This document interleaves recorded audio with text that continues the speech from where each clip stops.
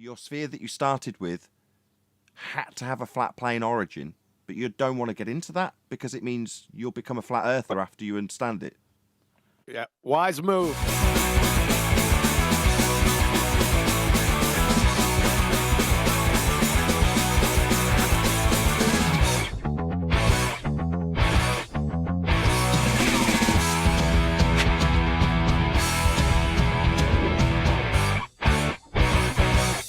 Effect as a result of these angle measurements on a flat plane, and engineered that model, the sphere that you've used, into all sorts of other models. Fair enough.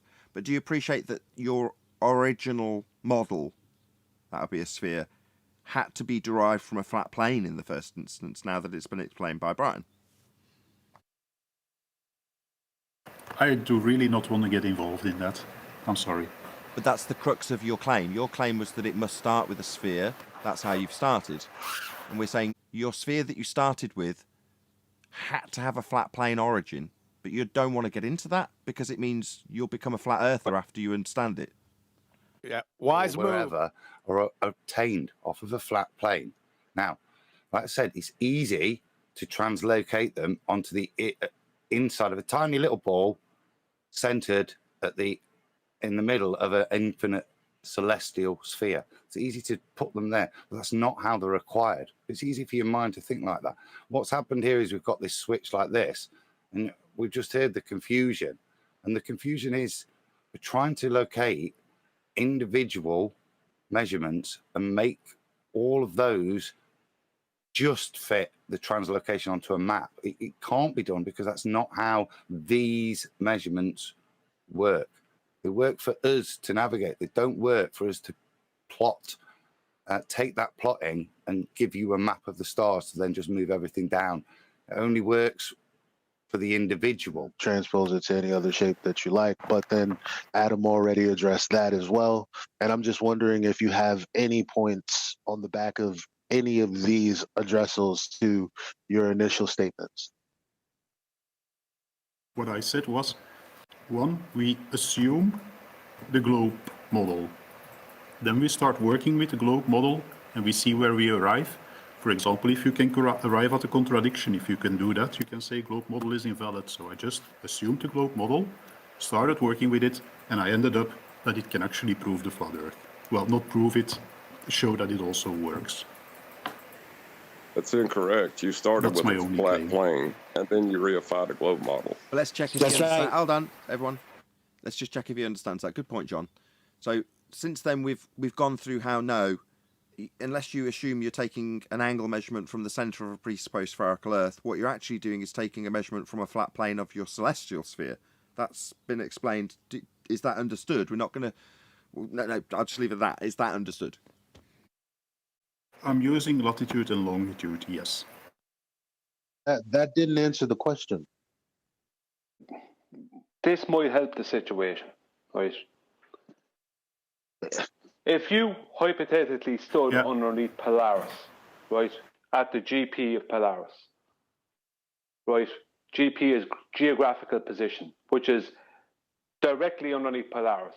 So directly above Polaris's GP, that's the zenith, Polaris. And you move away from that position, your angle won't be, it'll be 90 at that point, but as you move away, it'll decrease from 90. Now, if you keep moving away till you get to the equator region, it'll go down to about 0, right? But the thing about it is that all that time that you've moved away, every angle you've taken is a right angle. And the base of that right angle is a horizontal plane, because the base of all right angles are horizontal. So every time you've moved away, for no matter what distance you move from Polaris, as long as you can see it and you can take an angle to it, then the baseline of that angle is always going to be horizontal. Now, Polaris will appear to drop in the sky the further you move away from it, until you get to around the equator or just a bit past the equator, and it'll kind of disappear then.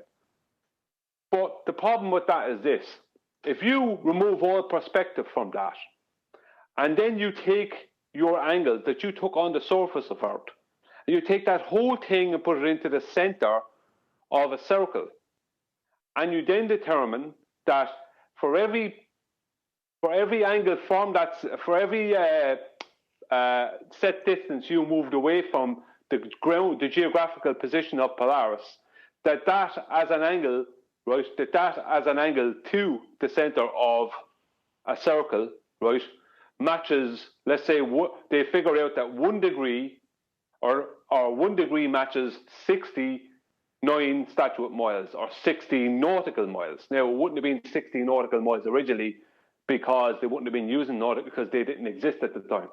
But the point is that the globe is back engineered off of flat Earth angles to Polaris. That's why you have an average radius of 3959 miles. So the globe has to start with flat Earth elevation angles.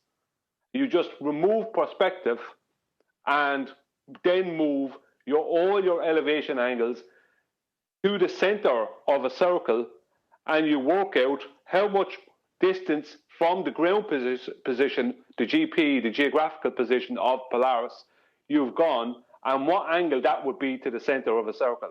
And that's where the radius, which would be that's where the radius comes from, the joule radius, and that's where the circumference, that's where the diameter of the globe Earth comes from. So the globe Earth is a mathematical reinvention that's based off of a flat plane. No, because it's against, like I said, I think I haven't discredited the globe, far from it. I just believe you can view the world. It's possible to view them in both ways. That's my position. And that's correct. You can. And all I've done in the beginning is I've said my claim said was... that 3 times. I understand your position, you can. And based on your modelling, you can take the globe position and remodel it to be flat. But to have either to be considered in any way, you had to start with flat, but you don't want to get into that. To have either reconsidered in either way, both started with a flat plane and then were derived afterwards. But you don't want to get it. I don't get it. Why don't you want to get into that? That's the crux of the argument. Because I started from step 1. We assume globe physics. We start from there. And then we use latitude and longitude. And if you derive that from a flat plane, that's fine for me. I get that. But no, you're incorrect. Because no, when you say you started with globe physics, no, you didn't.